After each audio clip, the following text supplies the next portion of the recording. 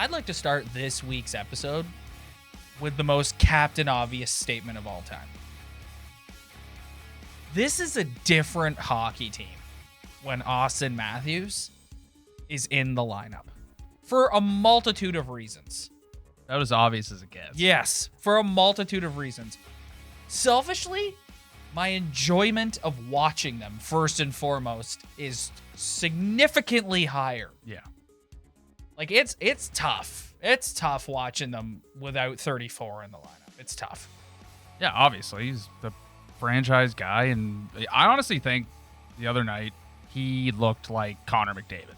Yeah, he that was as dominant as I've ever seen him. You and I previously have discussed how we want him to take this next step, not just scoring 50 a year to dominating hockey games. He did that. Yeah. He did that the other night. He dominated. Like, he was dominant. Yep. For the whole game. Oh, just I don't think you'll ever see Auston Matthews take as many shots as he did that night and not score a goal ever again. Yep. Like, and great chances too. Like, and it wasn't just that. It was him down low, like beneath the red line, and guys are just trying to get him off the puck, and he's using his size, and he's doing fancy moves with his sticks, and he looks faster through the neutral zone, and I mean, it's just everything. He looks amazing. So, 4 games in, I want to start with like holistic discussion, like about style of play and whatever, and then we'll get into individual guys. So, your biggest takeaway through the first week of the season? That's a tough one. Biggest takeaway early in the season. I'd say that they are better than I thought. Oh, okay. I'd say that they have played better than I thought they would have to start the season. Not so much result or points oriented, but just shift to shift, pressure, just things that we kind of want to see improvements on. I think they are improving on. Like, I think the amount of time spent in the O-zone is drastically better. Like, just puck, like we're a puck possession team. They actually are a puck possession team through the first 4 games. Yep. So I actually think that even though everyone has a hot take about a different player and how they should be doing this and be doing that, overall, other than that one game in Ottawa, I think that they've been pretty good. So on the positive train, I agree with you. The offensive zone time is much better. The cycling is much better. They seem to have like it's more sort of energy in the offensive zone. Another positive for me is this new Dean Chenoweth PK philosophy. Oh yeah, PK's GOAT. Yeah, where it's like we're just gonna attack you. Oh yeah, it's GOAT. They're always in good position. They're really aggressive. It's like they watched how every team defended them last year and their crap power play and just completely copied it. Well, Dean Chenoweth came from Carolina, so he probably came and said, "This is how we defended you 2 years ago." Yeah, it's drastically better, and it's like they throw like everybody out there. It seems like like, I mean, Matthew, you're not going to see Matthews out there, but William Nylander. But yeah, like they're willing to just throw guys out there because you don't have to be like a specific. When somebody this what kills me in hockey. This guy's a penalty killer. It's like that means he's another role. So don't give me that this guy's a great penalty killer. I could make anybody into a great penalty killer. Yeah.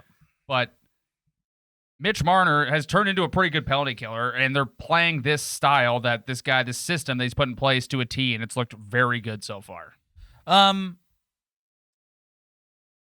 Something that I think I haven't loved is obviously I'm going to save the power play for you. But I think their defense core as a whole is not a Stanley Cup defense core. That's probably my second Captain Obvious statement so far, and under 5 minutes in on this show. No, but it's just like you got Riley, you got Brody, and it's like, okay, that's a legit NHL defense pairing. Even though Morgan Riley, one shift I love him, and the next shift I'm screaming at him. Yeah. Then you got Hull and Muzzin, who I'm going to be honest, I don't think Jake Muzzin's been very good. No, he through 4 games. He looks like he's step behind. What did you do in the off season? Like, what did you do? Because you look like 3 steps behind. And then they have this weird sort of like, for 5 and 6, it's this sort of circle or triangle rather of Dermott, Sandin, Liljegren. And they kind of rotate through those three. I personally don't like the pairing of Sandin and Dermott. I think it makes no sense. And I think it's pretty clear from watching Sheldon Keefe and how he's talked about Travis Dermott in public and the way he's just progressively moved down the lineup. He's not a fan. Like, I don't know what his future is on this hockey team. I have no idea. Like, what is Travis Dermott? I feel like he doesn't know what he is, or he hasn't figured it out yet. Are you a offensive defenseman? Which I thought when they drafted him, knowing him in his teenage years, guy who played AAA, he was like one of the GOATs. He was so good. I thought he was gonna be a skilled guy, and then sometimes he shows some like physicality, but like he's not really that tough. And then sometimes like he rarely chips in offensively. Yeah, and he sometimes he just makes an errant pass. It's just I don't know. I don't know if it's in his head now. Like you move down the lineup, you've been here a while. Some guys are gonna rise above that, and some guys are gonna be like, yeah, it sucks. Like, So I think that pairing is not going to work long term. So would you take Dermott out and give Liljegren more of a look? Yeah, but even that pairing is no good either. Yeah. You know who I want? Like, a bunch of Leaf fans are going to punch me in the face right now, but this is for the lack of a good comparison. I want to see Rasmus Sandin play with, like, Roman Polak. Yeah. Like, Carl Gunnarsson. Just somebody who analytic guys are going to hate, and I'm going to like because they're just a steady, big, stay-at-home defenseman. Bogosian. I think that's who Rasmus Sandin needs to play with. I don't think he needs to play with another guy who's trying to move the puck as much as he is. Because I don't think Rasmus Sandin's a very good skater. So I think if you have a guy behind him all the time to watch out for him, I think that's the way to go on that third pairing. I love Travis Dermott. I like him a lot, but I don't know where he's going. I don't know. Okay. Talk to me about the power play. I don't get it. Yeah. Like, I don't. You watch the top line, and all these dudes are so talented. They're so good. But they just, they move the puck around at a snail's pace, number one. Number two, everybody knows it's going to Matthews. And he doesn't have the OV one-timer that can literally, puncture your stomach. It's that hard. He's looking for that wrist shot. So he's going to take a little time to kind of come around, get set up, take that wrist shot. And you're watching the way the Rangers were defending him the other night, and they're just cheated over to that side. And then if that shot's not available, then they're either forcing it, and that's a problem, or they're kicking it out to Nylander. And I need to see a little more something from other guys on that power play. Like, we can't just be going to Matthews all the time. I always say that they don't have a play, but it's like they do, but they don't know how to execute it properly. And then once they don't execute it, it's just like they don't get a shot, they don't get a chance, they shoot it into shin pads, they don't get an open look, a guy's not in front of the net. I just think, I don't know what they need to do, but it doesn't look good. It doesn't look good. I don't think that their power play has gotten any better so far at the start of the season. It's the same old stuff to me. Do you think that there's some sort of mental carryover from last season? Like, they're in their head about how terrible it was last year still a little bit. I see that at times with the team in general. Yeah, I see a mix of dudes that for where they're positioned on the ice and where they decide to pass. Like, it doesn't work for some reason. Yeah. It just doesn't work. It hasn't worked.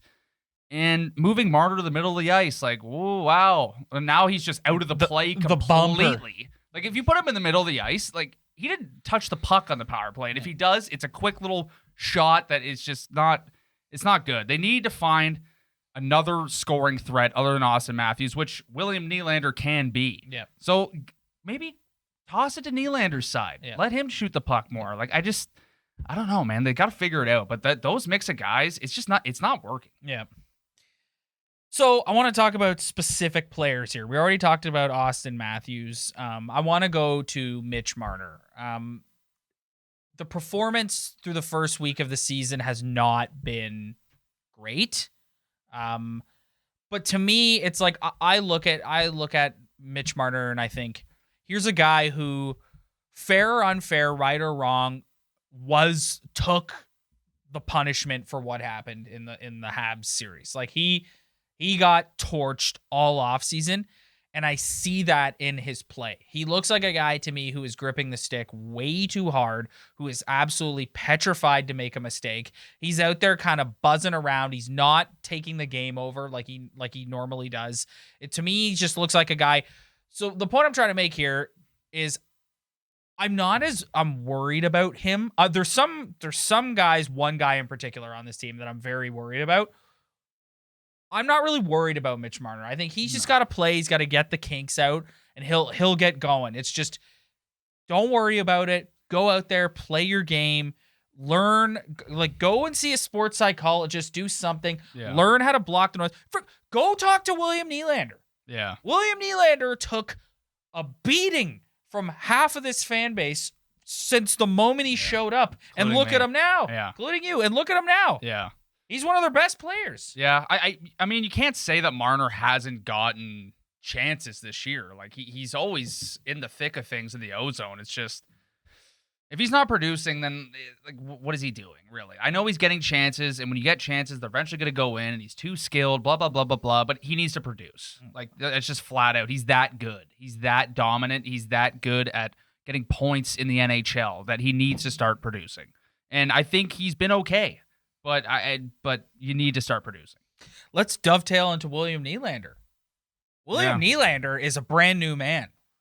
Yeah, that 6.9 is looking pretty good right now. That's just something to, like, it's just something to remember, that how young these kids are and how, like, there is a maturing process that happens. Yeah. And, like, you can just see it too this year in his interviews and stuff. He's more like he's talked about wanting a leadership role. He's talked about, like, he just seems like a switch has gone off in his head. Yeah. And he gets it now. And he's like, and also I've noticed there's less play on the periphery because of that switch I just alluded to. He's kind of like, no, I'm better than you. Yeah. I can go get this puck. Yeah. I don't need to worry about it. He's not a big guy, but he's not small. No. Like, he looks pretty, like, okay out there. Mm-hmm. No, he's been good. Like, there's just flat out, I don't think you could expect any more or any less from the guy. I think they should give him more looks on the power play, but he's been pretty good. They got an issue on their left side. Yeah. Just because a guy looks good in the preseason does not mean that when the games get real, he's gonna carry that over. And you know who I'm talking about. Like, Nick Richie is lost out there. And I'm starting to agree with some of the takes we're hearing on the radio now about how, like, he's just in a role he can't, like, he's just not a top line guy. Yeah. Like, he should be in more of like a third line role. The thing about Nick Richie is you got to remember that if you look at the scouting report on Nick Richie, big guy who plays small. And the Boston Bruins, at the end of the season, they just looked at him and said, bye. Yeah. Like, it wasn't like he was like a coveted free agent. They just let him walk, and the Leafs picked him up. So, I mean, on paper, it looks good. It's like a big winger who theoretically can get out front of the net and sort of maybe bring a physical style of play to that line to help open up space for Matthews and Marner, but he looks like he's completely lost it there. And Matthews said as much after the game the other night. He straight up said, like, you know, with Rich, we got to work on our, like, chemistry a little bit, right? Because the guy's out there, he doesn't know what to do. Yeah, no, it's a tough go. He hasn't looked good, and he hasn't really done that much in any sort of area, and he's in a really tough spot. Yeah. Like going up to that top line, expecting to fit in and provide something 4 games in, where you either haven't had time to develop chemistry or you're just flat out not good enough to play on that top line. I think it's more that. But I mean, it's only been 4 games. Like, I don't think he's going to get any better, but I don't think he can get any worse than he's doing right now. Yeah. And you know what kills me about this too is people are like, oh, well, what about the contract? Like, guy's making 2.5. Yeah. Like, that's nothing. Yeah. Like, I don't know. He's going to be a guy who goes up and down the lineup, He's not going to last up there. Who's going to replace him? I have no idea. Like, look at the bottom six. Who's coming up? Let's talk about the other left winger who's played very well through 4 games. Who this city, Michael Bunting, is the way that this fan base is treating Michael Bunting is what makes Leaf fans frustrating at times. Yeah. They get him in the offseason, and there's a segment of this fan base who is ready to anoint him the savior. Okay? We poked a lot of fun at that. But if you go back and check the tape, we were fair. Like, we didn't, like, we were very open and said, we're not Michael Bunting experts, but I feel bad for the guy because there are people in this fan base who are ready to, like, anoint him as the next Zach Hyman. Yeah. He goes out there, he plays really well. He's excelling in this bottom 6 role that he's in. And, like, I just don't know. The guy's played under 40 games in the National Hockey League. Yeah. And so it's like, if you put him up there with Matthews and Marner, sure, he will. I just think the expectations are getting out of sorts. Like, it's a lot of pressure playing up at that line, if he goes up there and he doesn't look good, it's because he still needs time to, like, marinate a little bit. And it's like, why he's played well through 4 games is because Keefe is putting him in a position to succeed. Yeah, he's kind of in a hybrid role right now. Like, he's in the top 6, but he's not fully playing top 6 minutes yet. Yes. Like, he's on that line with Tavares and Nylander, but there are shifts where Nylander's up with the top line, or they'll just load up a line after you think a penalty kill. If Mikheyev didn't get hurt, he'd be in the bottom 6. Bunting would be in the bottom 6. Yeah, well, maybe it'd be Richie after these 4 games. But, yeah, Michael Bunting, we like him because he goes to the net. Yeah. Like, the goal he scored the other night, they're facing a phenom of a goalie. Like, the guy is gross. Shesterkin. Oh, like, who's? How would you like to have that guy pegged as your franchise goalie for the next 10 right after years? This is like a Brett Favre to Aaron Rodgers scenario where, like, Hank Lundqvist hangs it up and in comes Shesterkin. Oh, yeah, he's 2 for 2 on names this week. But like Bunting, the goal he scored the other night, like, that's a goal they're gonna have to get in the playoffs. Yeah. Or in a tight game like they played the other night. They couldn't find the other one, but I mean, he got that one. If you really think about it, they didn't beat that guy clean on one shot all night. Yeah. But let's just be happy for how he's played so far. Let's not get too ahead of ourselves, because that's just what everyone's doing. He's already up on the top line in, like, half the fan base's mind. Like, he already needs to be up there. He's already Zach Hyman. He's already replacing him. They're in a tough spot. You're right. On the left side, it's they don't, like, who is going to go up there if Richie doesn't pan out? Like, it's just they're short dudes. Like, they don't have a lot of depth for top 6 forwards to play with those guys. So they better hope Richie works out, or else Michael Bunting's going to be going up and down the top first and second line all season long. With Mikheyev out, and I'm not sitting here saying, like, Mikheyev would make a world of difference. Even with Mikheyev, I don't think they're very good on the left side. Do you give Kerfoot a look up there with Marner and Matthews? Yeah, honestly. Yeah. That's probably who you're putting up there. Yeah. And it just makes me think that, do we overthink this? We need the perfect third man for Auston and Mitch.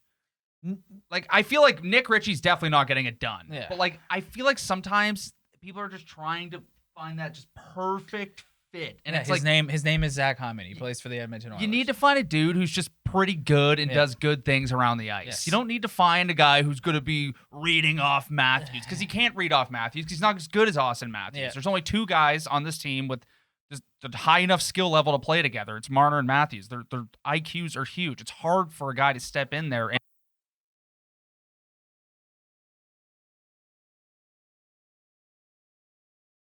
that is not happening. I see those 2 lines, those 4, they're staying where they are. But it's just like, you're gonna have to find a dude on that line who you just need to find something you're happy with, because that perfect guy that everyone's looking for, or the type of role they see a guy playing on that line, I just don't think it exists on this team. I just don't. You need to find a guy who can forecheck and maybe chip in the odd Gino, you know? I don't think there's anything left to say about Jack Campbell that hasn't already been said. He's been absolutely outstanding. Yeah. He's been their best player every single time he's been out there. You couldn't have asked for more from the guy. I hope he stays healthy. Yeah. I'm pretty effing frustrated that Peter Mrazek, like, what are we doing? Like, guy goes out there and gets hurt 2 periods in. And it's like, I'm not like, okay, like, I'm sorry you got in it, but it's like, of course this happens. Like, yeah. You go and get the guy who is supposed to be like a tandem goaltender with Jack Campbell. Yeah. And here we are on the heels of a back-to-back, and Michael Hutchinson is going to play one of the games. You're already having the Hutch conversation. Yeah, we're already talking about Hutch coming up. So it's like, I don't want to crap all over Hutch. I actually thought Hutch played pretty good for them last year. Yeah. 2 years ago was a different story, but last year I thought he was pretty good when they called upon him. So I don't know. All right. I don't want to. I've been saving it till last. I don't want to skirt around it anymore because I want to spend some real time talking about this. I'm very worried about John Tavares. This is a difficult conversation to have because you look at John Tavares and you look at who he is as a player, the role he's in, the fact that he's a captain, and you also look at his salary. And I do not like playing hindsight 2020 with signing John Tavares. I think it's BS. I think any one of us would have done what Kyle Dubas did and signed John. We were all stoked. We were all over the moon when it happened. But they're in trouble a little bit with him. Like he doesn't look very good. He looks like the same sort of slow player who's a step behind everybody, who, like, at his age is a senior citizen in the National Hockey League. And the problem with him playing this way is the fact that he makes $11 million. You cannot have... It's hard to avoid the cap conversation. Because that's what it's about. Yeah. Because he's not even that bad. He's a good hockey player. He does good things out there. Like, it's not like he's out there and he sucks. No, but he's just not giving you what you need from him based on his salary. And I hate the NHL for this. Like, This is so stupid how every time you have to come on here and have this stupid conversation about expectations versus contract. And it's the salary cap, just a quick deviant. We'll come back to Tavares. You and I don't like getting caught up in all, like, the external NHL stories, like the story about e-bugs and stuff. But it's like the fact that they had to call up a goalie from the University of Toronto because we can't circumvent the cap. Like, they can't pay a luxury tax. It's ridiculous. Yeah. And this is why we stay away from this. We try to be a Leaf Central show, but the National Hockey League, God, you suck sometimes. Oh, you suck sometimes. Anyways, back to John Tavares. Yeah, it's so you can't talk about him without bringing up the contract, and it's exhausting. But it's just, if we're going to talk about him, it starts there because I don't think he's that bad. Like, he's pretty good. He's a good player. Good things happen when he's on the ice, but he's just not giving you what other teams who are paying players less than him and are in the same role as he is, but they're providing more. Like, he's got to score. Yeah. Like, he's got to put points on the board to earn that money. If he's not putting points on the board, like, winning faceoffs can only get you so far. Mm-hmm. You know, like, it's nice that you went 11-2 on the draws the other night, but you got to start putting the biscuit in the basket soon, or else they're going to be a little short for scoring. If like when Matthews is held off the board, like you saw it the other night. I know they played a phenom of a goaltender, but like Marner not getting points, Tavares not getting points. Like, Nylander's been pretty good. Matthews is going to get his, and then after that, it's like, ooh. You hope having Matthews back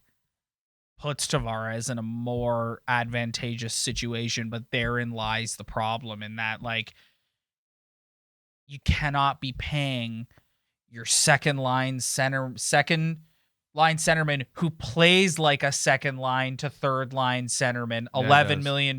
That's the problem. I know, but there's literally if he was nothing out there, they can do about it. If he was out there and they were like the way it was always envisioned, where it was like a 1-2 punch down the middle, where it's like you got Matthews and then you got Tavares, and who are the other teams going to put their best defenders on, and so on and so forth. Like it's not even close. Like that's the point I'm trying to make. Is it's like it's not even like are the other teams even that worried about John right now? Probably not. Yeah, exactly. So it's like, and it pains me. It pains me because I love Johnny. Yeah, everybody does. Yeah. I love that he does. came home, and I love that they gave him the C, and Yeah. I love that but it's like, man, Johnny, like. And dude, like I guarantee you on like a bi-weekly basis, we're going to be having the same conversation. Yeah. Like this, we're literally going to have this conversation 78 times this season because he's going to go 3 games without getting a goal. And it's like, it's just, for me, it's less about like you said, it's like, he doesn't even look like that much of a threat.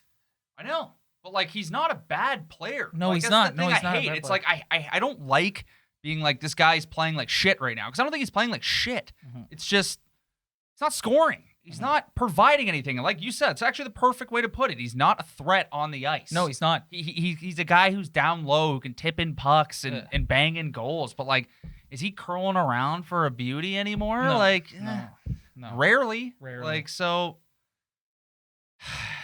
I mean, it's tough. It's tough. You just hope that like maybe Bunting can just stay with them and he can chip in, and Nylander can have a better year. And I just think if you look at work around it. I know it's only 4 games, so you could probably put this in the hot take category. But if you look at them right now, like if I was going to sum them up, I would say this is a team that should make the playoffs. Like if they play to their capability, they should not be in a race. They should easily get into the playoffs.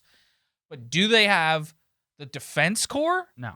And are they strong enough down the left side to win a Stanley Cup? And right now, I don't believe that is the case. Well, do they have the fortitude to push through adversity, as lame as that sounds? Like, it's just, there's question marks everywhere. Like, it's just, if they keep playing the way they played the other night, obviously it's not going to be like that every single night, but if they can keep within that range for the entire season, they will make the playoffs. Wake up, look at the standings.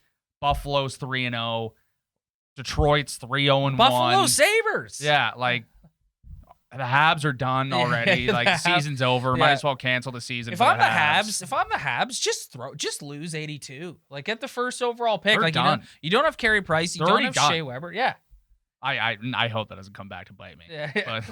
But because they'll be in the comments. Well, like I got to keep the Habs fans coming back because they're so sensitive that they give us the most views on our videos. As soon as they see us slandering anything Canadians, they're on there crying. Hey, you know what? As someone who is a huge believer in Phil Deneau, like I am, you shouldn't have let him go. Carey Price is in his prime. Yeah, you shouldn't have let him go. All right, before we get out of here, just through the first week, give me a letter grade. I'm going with a solid. No, I gotta go B-. Yeah. Because I haven't liked some of the slow starts. Yeah, I'll go based off my expectations, I'll go B+ because Jack Campbell's been unreal. Like that's a huge plus. Yeah. And their penalty kill's been good. I think they're just playing a better structure. Like I just think overall it's been better. They just need their top guys to score. If their top guys are scoring right now, like they're 4-0. Yeah. Like, and that's something they usually have. Yep. That's like the thing that's money in the bank for them is they're getting production from their skilled players. But if they keep kind of just playing the system that, like, this is the system that Keefe wants to play. Yeah. And having guys like David Kampf come in, even though they don't exactly. And who else? Kasha. I know they're not the sexiest players ever, but those are guys you could plug into a system and they're going to play it. But you need guys to score. So, yep. So only time will tell. We head into the first back-to-back, and Michael Hutchinson will be playing one of the games. So, which one? The first one or the second one? Well, you know what's funny is you could go with the Babcock theory. Yeah, I knew. Sometimes I hear that today. Yeah. Well, I'm gonna go for the 2 guaranteed points. There's no guaranteed points in the NHL. I know. There's none. I know. Go, all you sports betting people who listen to this podcast. Who bets on the NHL? Nobody, because it's random. Yeah. It's so random. Like there's no guarantee. Like yes, the Sharks are a worse team than the Penguins, but I don't really care. Yeah. I don't get caught up in that conversation. You play who you play, and if that night is the night where Michael Hutchinson's gonna only let in 2 goals or 3 goals and they're going to score, it's going to happen. If he's going to go in and give up 7, that's going to happen. You know, I just, who cares? Play who you want to play. Go out, figure it out. Mic drop. Thank you very much for checking us out this week, everybody. If you like what you see, head to our Instagram at Talkin Buds Podcast. Like, subscribe, spread the word, tell your friends. Also, don't forget to hit the like and subscribe button here on YouTube as well. Leave a comment, do something, engage. Thumbs up. Do something. Richie, do something. That's what I'm going to start putting at the end of these videos. I'm just going to write, thanks for watching. Do something. Yes. Thanks, everybody. We'll see you next week.